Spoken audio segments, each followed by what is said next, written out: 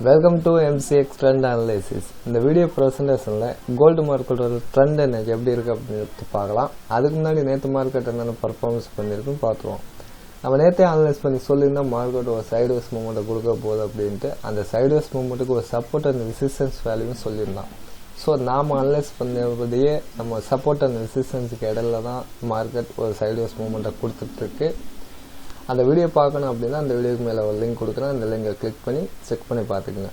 Okay, இன்றைக்கி market எப்படி இருக்கும் அப்படின்னு எப்படி பார்க்கலாம். இன்றைக்கி கரண்ட் மார்க்கெட் ட்ரேடிங் லெவல் 1507 அந்த ரேஞ்சில் கரண்ட் மார்க்கெட் ட்ரேடிங் ஆகிருக்கு. இதுக்கு ஒரு பாசிட்டிவ் ப்ரெஷரை மூவிங் கொடுத்துட்ருக்கு.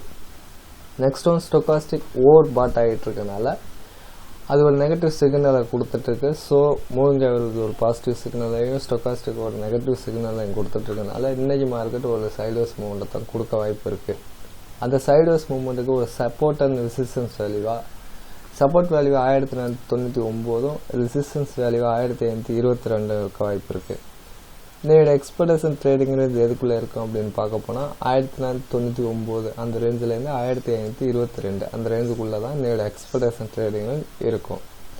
ஓகே, இன்றைக்கி அனலைஸ் பண்ணபடி மார்க்கெட் மூவ் ஆகுதான்னு பார்க்கலாம். தேங்க்ஸ் ஃபார் வாட்சிங்.